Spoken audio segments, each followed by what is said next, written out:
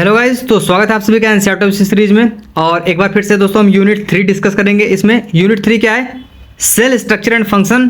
तो इसमें आपके 3 चैप्टर आ जाते हैं, सेल यूनिट ऑफ लाइफ और बायोमोलिक्यूल और cell cycle and cell division. तो इन सब सारी चीज़ों को हम डिस्कस करेंगे दोस्तों। तो चलिए यहाँ पर हम मतलब प्रेडिक्ट करूँगा क्वेश्चन कि कहाँ से आ सकता है, किस लाइन से असर्शन रीजन बनेगा, किस लाइन से स्टेटमेंट बेस बनेगा, कौन सा डायग्राम आ सकता है और कौन सा दोस्तों फैक्ट बेस या फिर डायरेक्ट एनसीईआरटी से वन लाइनर क्वेश्चन आ सकता है। तो सारी चीजें मैं यहाँ पर मार्क करता हुआ चलूंगा आपको दोस्तों, जो कि आपको डायरेक्टली एज रिटन नीट 2026 के अंदर देखने को मिलेंगे। क्योंकि आपको पता ही होगा आपकी जो बायो का पेपर होता है वो अप्रॉक्सीमेटली 98% एनसीईआरटी से ही बनता है, ठीक। और तो चलिए यहाँ पर दोस्तों देखते हैं ओवरव्यू वाला पेज में थोड़ा सा आपको क्या देखना है यहाँ पर कि इसमें दोस्तों क्या है कि क्वेश्चन यहाँ पर आप लोग देख पा रहे होंगे कि ये क्वेश्चन दोस्तों नीट 2025 में पूछा था। ये physio chemical approach to study and understanding living organism is called reductance biology. तो पूछ सकता है इसमें, तो इसलिए एक बार इसको आप गो थ्रू कर लीजिएगा इस टेबल को, मतलब ऊपर से, मतलब ठीक है।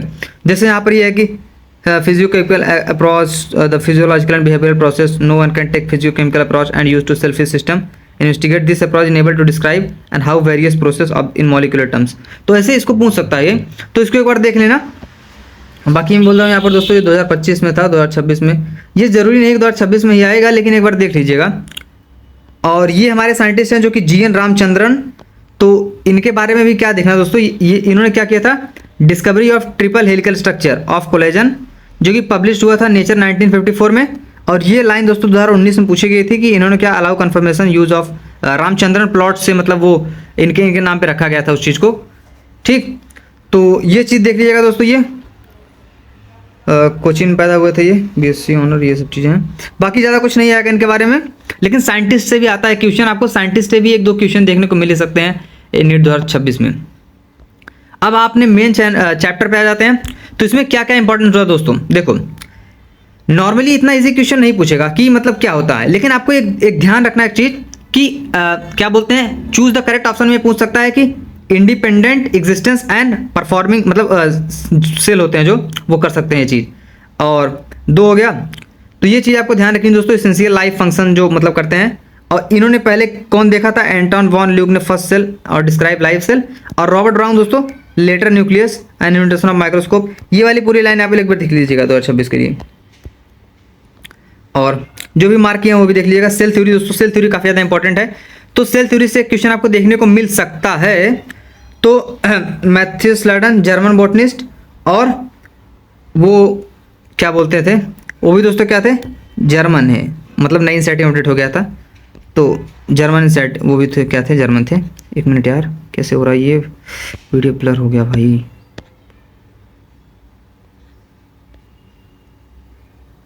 वो भी क्या थे,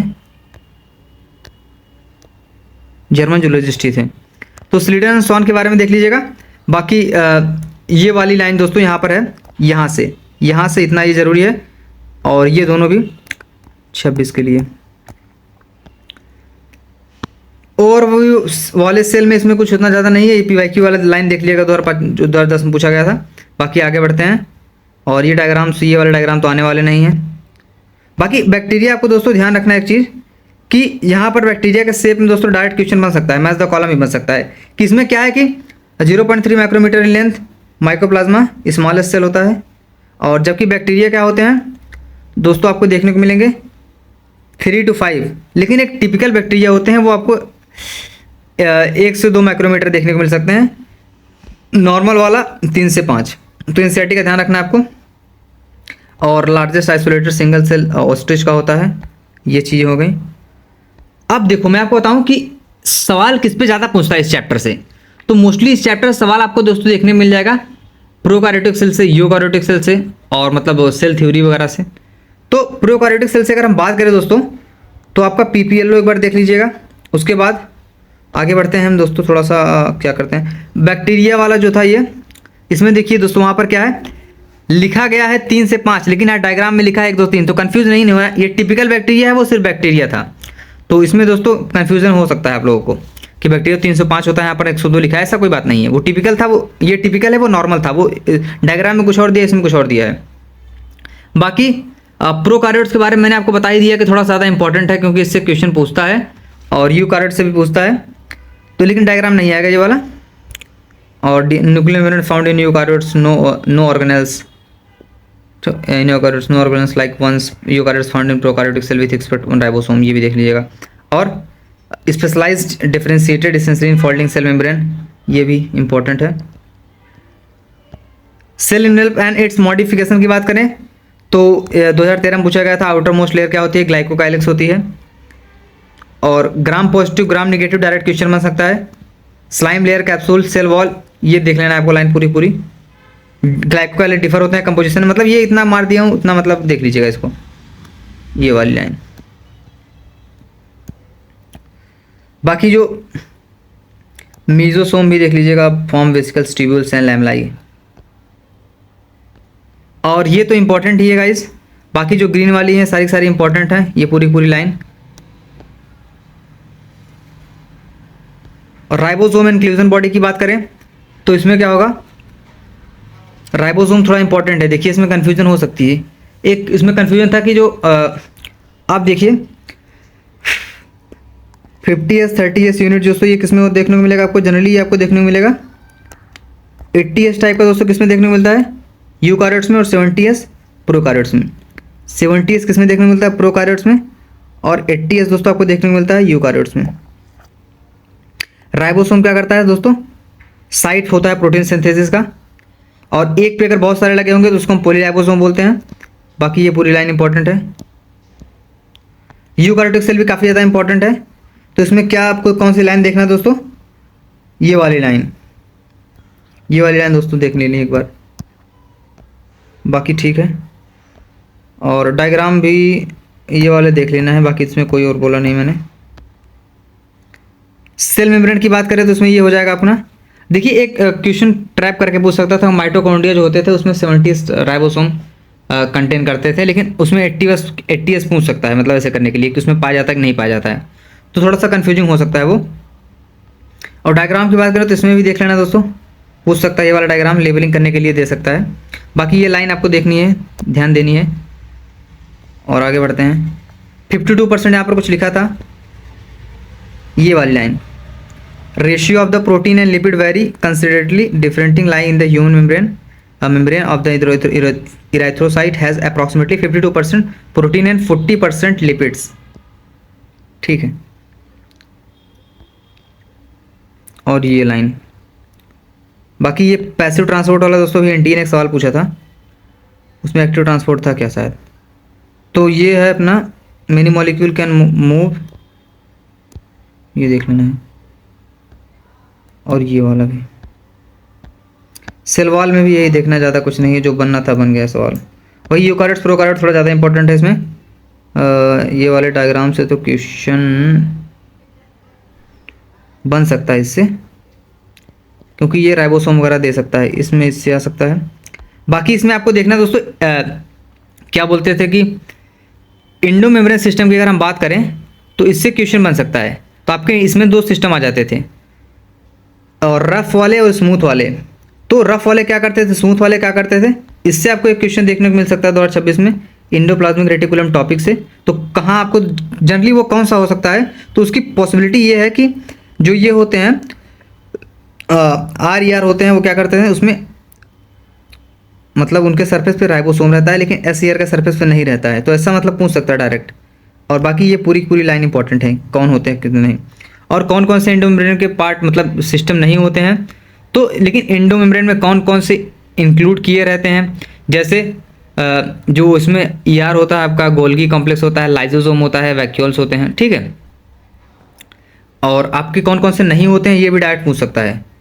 तो कौन कौन से नहीं होते हैं मैं लिख दूँ यहाँ पर, और ये तो नहीं दिया है यहाँ पर, 1 मिनट, ल्यूमिनर सेल्यूलर, तो मैं यहाँ पर लिख दे रहा हूँ दोस्तों, mitochondria, chloroplast and peroxisome not part of this system, not part of this system, ठीक है। बाकी अपना ये इंडोप्लाज्मिक रेटिकुलम मतलब Golgi complex, lysosome and vacuole होते हैं इसके system.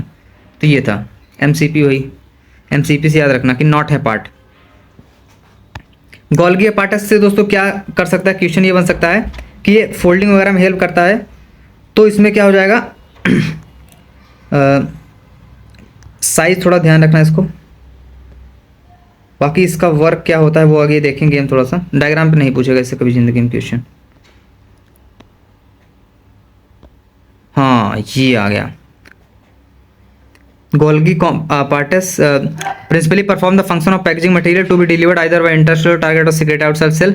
Material to be packaged in the form of vesicles from the ER to cis form the global components move toward the maturing phase. Statement based. Statement based. बाकी ये वाला line पूरी देखनी है आपको, लाइसोसोम पूरा देखना है, वैक्यूल से इतना ही देखना है, और ये भी माइटोकॉन्ड्रियम क्या देखना है आपको, साइज इसका देखना है, ठीक है। और इससे डायग्राम बेस्ड क्वेश्चन बन सकता है।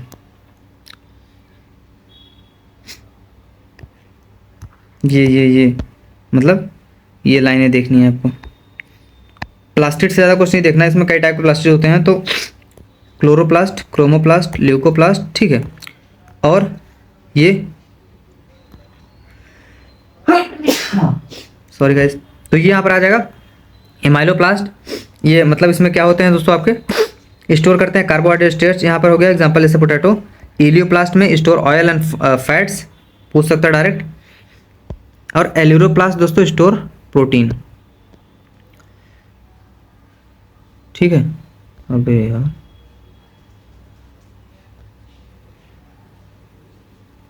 ये डायग्राम देख लीजिएगा, ग्रीन लगी 20 से 40 इन मीसो सेल पर सेल। और ये वाले भी, ये यहाँ से भी क्वेश्चन बन सकता है। राइबोसोम दोस्तों मैंने बता दिया था आपको कि कौन कौन से बनते हैं, कौन कौन से नहीं। और ये एस कंफ्यूजिंग के लिए पूछ सकता है क्या है, तो ये सिडबर्ग यूनिट है आपकी, जो कि स्टैंड फॉर सेडिमेंटेशन कॉप्सिटी भी इसको हम बोल सकते हैं। और प्रोकार्योटिक्स के लिए कितना होता है, 70 होता है। यूकार्योटिक के लिए कितना होता है, 80 होता है। साइटोस्केलेटन दोस्तों ये परफॉर्म कर सकता है, इंपॉर्टेंट है 2026 के लिए। और इसके कौन कौन से फंक्शन होते हैं, तो साइटोस्केलेटन दोस्तों क्या कर सकता है, ये पूरा यहाँ से करना है इसको।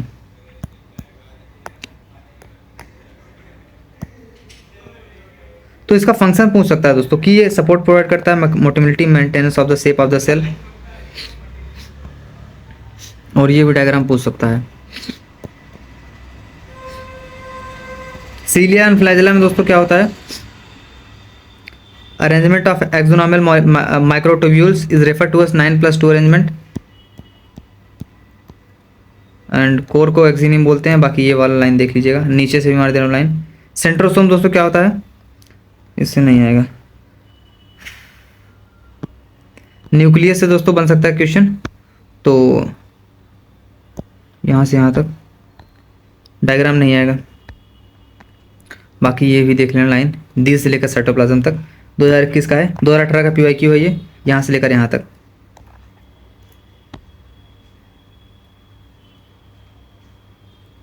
ठीक। और क्रोमोसोम के बारे में दोस्तों ये मेटासेंट्रिक क्या होते हैं, सब मेटासेंट्रिक क्या होते हैं, ठीक है। जिसमें सेंट्रोमियर स्लाइटली रहता है, middle chromosome resulting in one shorter and one longer arm. तो यहाँ से लेकर के यहाँ तक पूरा देख लीजिएगा 26 के लिए। डायग्राम भी देख मतलब पूछ सकता है, जैसे यहाँ पर पता तो नहीं चल रहा है कौन सा क्या है, तो ऐसे डायग्राम चारों दे के पूछ लेगा, ऑप्शन दे देगा कि कौन सा डायग्राम मेटासेंट्रिक का है, कौन सा एक्रो का है, कौन सा टीलो का है, तो ऐसे पूछ सकता है। ठीक। बाकी माइक्रो बॉडीज देख लेना है। अब आ जाते हैं बायोमॉलिक्यूल्स पे। तो बायोमॉलिक्यूल्स के लिए दोस्तों क्या क्या चीज़ इंपॉर्टेंट होती है, तो वो देखना है। तो मोस्टली इसमें ज़्यादातर एंजाइम से क्वेश्चन बनते थे, और एंजाइम से कैसे क्वेश्चन बन सकते हैं, कौन से बन सकते हैं, और वो क्या हो सकते हैं, वो चलिए हम लोग देखते हैं। तो देखिए इसमें क्या होता है कि शुरू में यहाँ पर दोस्तों कुछ चीज़ें दी गई हैं। एस एनालिसिस से भी क्वेश्चन पूछ सकता है कि यूजिंग मोटर एंड पिस्टल, ठीक है। ये living tissue, vegetable piece, slurry बना के, ये चीज़ें देख लीजिएगा इसको एक बार। और टेबल्स इसमें काफ़ी इंपॉर्टेंट होते हैं, तो इसमें एक भी टेबल नहीं छोड़ना है आपको, बाकी तो फार्मूला ही है, ये वाला टेबल छोड़ सकते हो।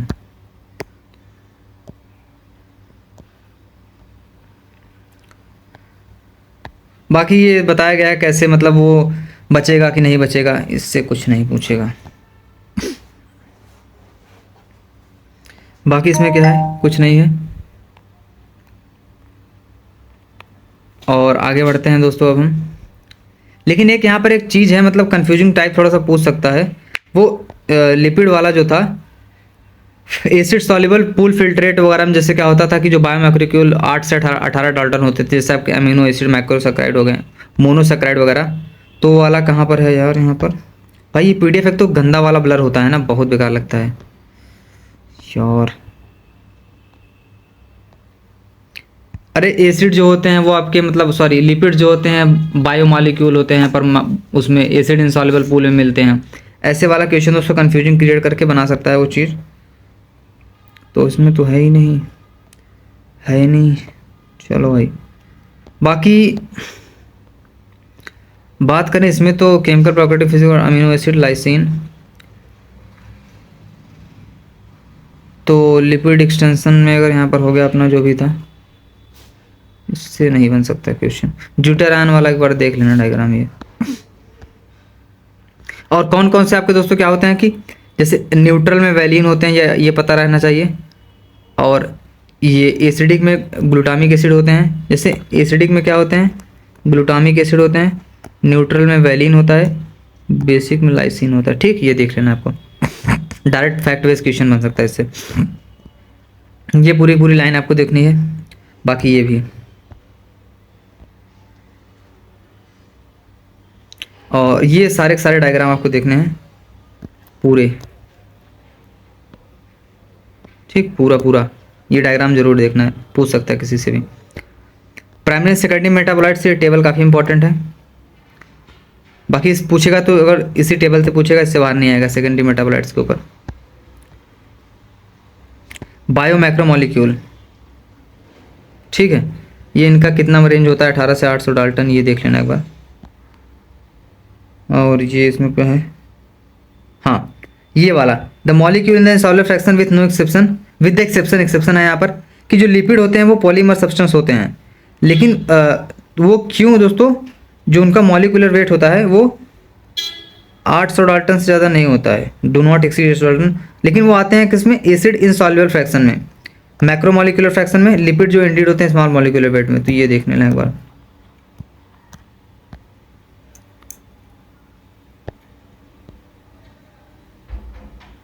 अरे यार भाई नहीं होगा, ये देख लेना टेबल एक बार, ठीक है। तो ये लाइन एक्चुअली ये वाला लाइन नहीं आएगा,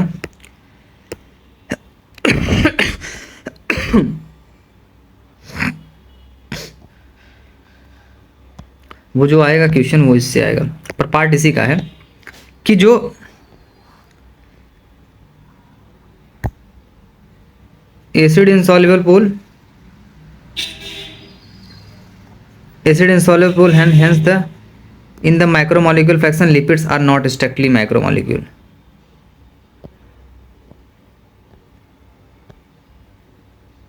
ठीक, टेबल देखनी है। प्रोटीन में पॉलीपेप्टाइड होते हैं, पेप्टाइड चेन, ये वाला भी दोस्तों पूछ सकता है, टेबल देखनी है। पॉलीसेकेराइड में कुछ नहीं आएगा ज़्यादा, ये नॉर्मल से जो हाईलाइटेड है वही वाला देख लेना है बस। बाकी इसमें भी वही हाईलाइटेड पार्ट वाला, इसमें भी वही। और स्ट्रक्चर ऑफ प्रोटीन दोस्तों काफ़ी इंपॉर्टेंट है, तो इसमें प्राइमरी स्ट्रक्चर क्या होता है, मतलब कौन कौन सी चीज़ें होती हैं वो देखना है आपको। आगे बढ़ते हैं, तो ये डायग्राम एक बार आपको देख लेना है, ठीक है। और सेकेंडरी स्ट्रक्चर दोस्तों क्या होते हैं, टर्सरी स्ट्रक्चर क्या होते हैं, ठीक है, और कैसे बनते हैं ये वाली चीज़ें। और ये क्वेश्चन दोस्तों यहाँ पर पूछ सकता है, the first amino acid is also called N terminal amino acid and last amino acid is called C terminal amino acid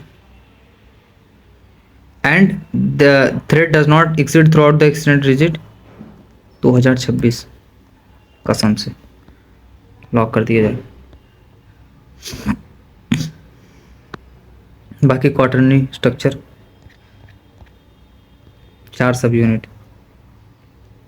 इसमें भी वही नेचर ऑफ बॉन्ड में भी, नेचर ऑफ बॉन्ड में कैसे क्वेश्चन पूछेगा कि जनरली जो हाईलाइटेड है वही पॉइंट एक बार देख लीजिएगा।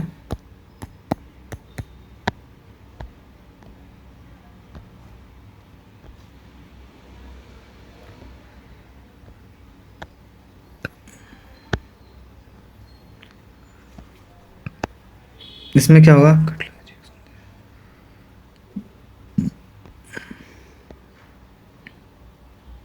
मेटाबॉलिज्म क्या होता है दोस्तों, पूछ सकता है।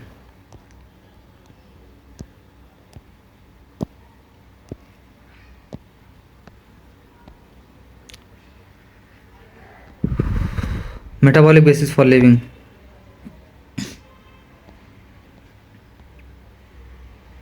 ये एनाबॉलिक कैटाबॉलिक क्या होता है, एडेनोसिन ट्राइफॉस्फेट कैसे बनता है, ठीक है। The most important form of energy जिसको हम एटीपी बोलते हैं। बाकी लिविंग स्टेट्स नहीं आएगा कुछ भी, एनसीईआरटी में नहीं है, नई वाली में। इंजाइम से आ सकता है दोस्तों, इंजाइम काफ़ी ज़्यादा इंपॉर्टेंट है। इसको आपको क्या करना है दोस्तों, पढ़ना है इसको, इंजाइम्स को, ठीक है। तो इंजाइम को एक बार पूरा पढ़ लीजिएगा आप एक तरीके से, और कब डीनेचर होते हैं, कब नहीं, टेम्परेचर बढ़ाने में कैसे रिएक्ट करते हैं, और enzyme catalyst differ from inorganic catalyst से कैसे डिफर होते हैं इंजाइम कैटलिस्ट, केमिकल रिएक्शन ये वाली, रेट, ये सब देख लीजिएगा। ये सबस्ट्रेट से प्रोडक्ट, ठीक है, कैसे बनेगा कैसे नहीं, high rate of chemical conversion, ये ग्राफ इंपॉर्टेंट है।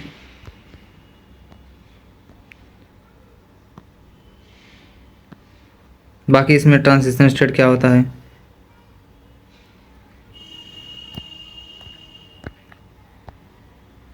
नेचर ऑफ एंजाइम, हाँ ये बाइंडिंग कैसे करता है, ये सब सारी चीज़ें देख लेनी दोस्तों, कि ES complex produce P product and this, ये वाला भी इंपॉर्टेंट है।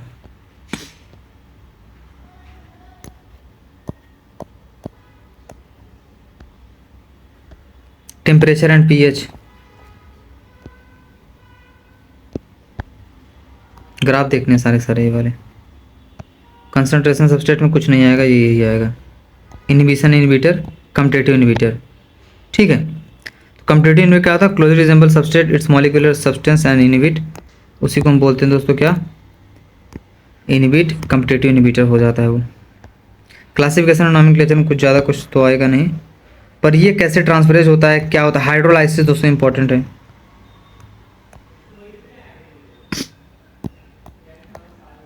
हो गया ये, और आइसोमरेज भी देख लेना, लाइगेज भी, को फैक्टर क्या होते हैं, ये वाली चीज़ें, और इसमें भी ये। बाकी हो गया अपना चैप्टर। और cell cycle and cell division पे आ जाते हैं दोस्तों। तो इसमें कौन कौन सी चीज़ इंपॉर्टेंट होती है, कहाँ से क्वेश्चन बन सकता है, किस तरीके का बन सकता है, वो चलिए देखते हैं हम लोग। तो गाइज अब मतलब शुरुआत करने वाले हैं cell cycle and cell division में। तो आगे बढ़ते हैं दोस्तों। तो यहाँ पर आपको देखना है cell cycle and this and that and device, no no no no, इधर से नहीं आएगा कुछ भी। ये एक बार देख लेना, इससे पूछ सकता है डायरेक्ट अनलेबल करके दे दिया, फिर कौन सा जी नॉट स्टेट होता है, कौन सा नहीं होता है।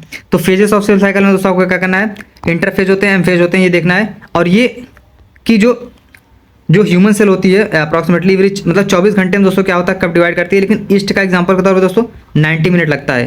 तो ये देख लेना है आपको एक बार, मतलब जो मैं लाइन मतलब मार दिया हूँ, मतलब क्या बोलते हैं उसको, अंडरलाइन कर दिया हूँ नीचे, तो उसको देखना है एक बार।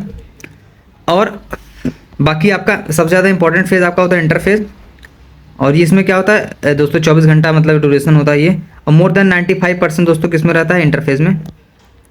और कार्योकाइनेसिस क्या होता है, साइटोकाइनेसिस क्या होता है, डायरेक्ट क्वेश्चन बन सकता है। बाकी ये तीनों फेज होते हैं। जीवन फेज में दोस्तों क्या होता है, तो इसमें दोस्तों ज़्यादा छोटा चैप्टर है, लेकिन क्वेश्चन इससे बनने की प्रोबेबिलिटी बहुत ज़्यादा रहती है। देख सकते हैं कितना कितना क्वेश्चन पूछ रहा है। बाकी इससे भी क्वेश्चन बन सकता है, टेबल देख लेना एक बार।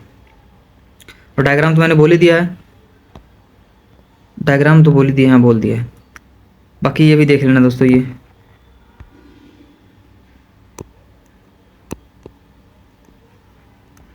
ठीक है।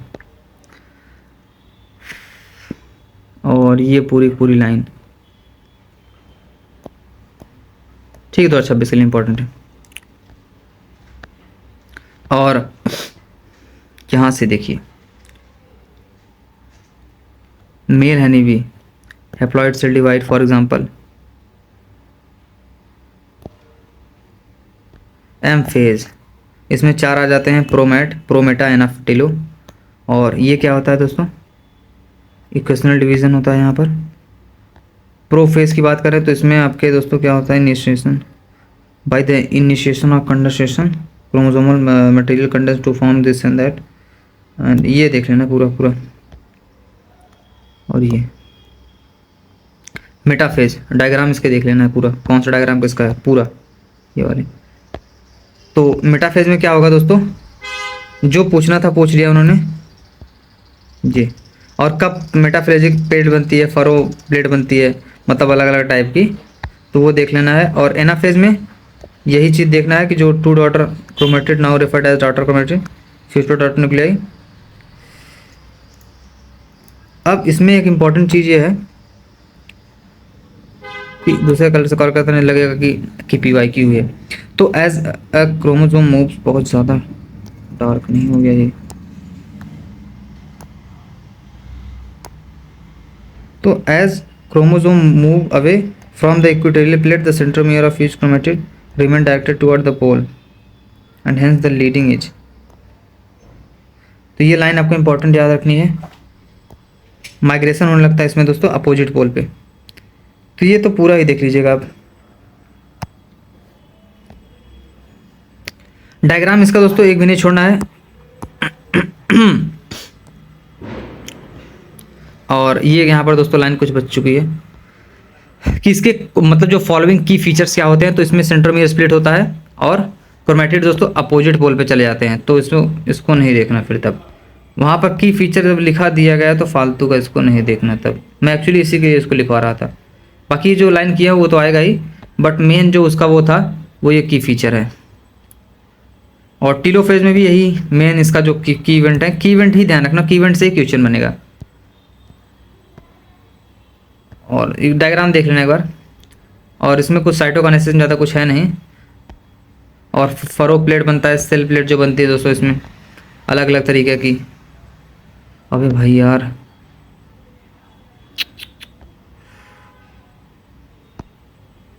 सही है, नहीं है कुछ भी। सिग्निफिकेंस ऑफ इसका क्या है, तो सिग्निफिकेंस ऑफ माइटोसिस देख लेना एक बार आपको। मियोसिस अब शुरू करते हैं इसमें ये सारी चीज़ें देख लेनी है। और ये टेबल में क्या है, कितना प्रकार के आते हैं वो चीज़ें।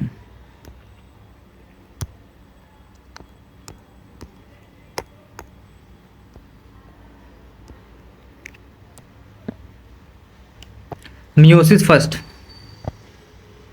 वही आएगा। इसमें 5 आपके आते हैं, वही 5 फेज जो होते हैं जो मैंने बताया था कि लेप्टोटीन, जाइगोटीन, पैकेटीन, डिप्लोटीन और डाइकनेसिस। लहरती जुल्फों पे दिल दीवाना, आहा, लहरती जुल्फों पे दिल दीवाना, क्या बात है सर। या फिर लाली जरा पानी दे दे, जैसा जिसको कंफर्टेबल उस तरीके से याद कर सकते हैं इसको। तो ये फेजेस काफ़ी इंपॉर्टेंट होते हैं, इससे क्वेश्चन बन सकता है नहीं तो 2026 में दोस्तों आपको।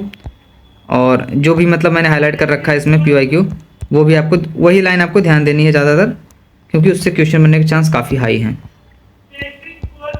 ठीक, सिनेप्टोनीमल कॉम्प्लेक्स फॉर्मेशन होता है दोस्तों इसमें। और पैकेटाइन बाईवैलेंट इसको बोल सकते हैं, टेट्राइड। क्रॉसिंग ओवर आल्सो यहाँ पर होता है रिकम्बिनेशन। और किसको कियास्मेटा बोलते हैं, तो एक्स शेप स्ट्रक्चर को। डायग्राम देखना है। और एनाफेज में यही दिया गया है जो भी था। टीलोफेज में क्या देखना है आपको दोस्तों, इसमें आपको पूछ सकता है कि जो DNA रेप्लिकेशन, यहाँ पर कोई भी DNA का रेप्लिकेशन नहीं होता है, ठीक है। अबे यार भाई,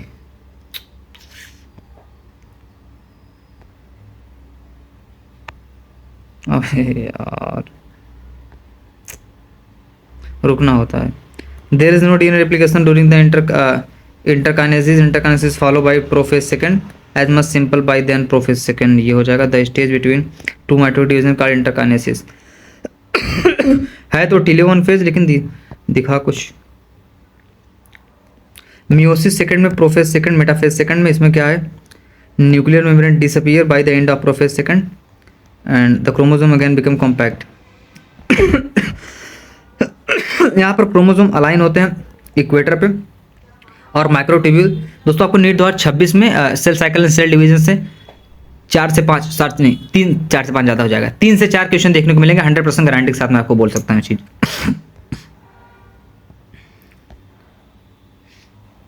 डायग्राम इसमें नहीं छोड़ना है भी।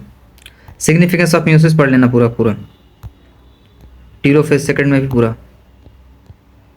बाकी तो ये था आपका, मतलब हमने कंप्लीट कर दी यूनिट 3। अब अगली वीडियो में देखेंगे यूनिट 4 जो कि आपकी है प्लांट फिजियो। Thank you.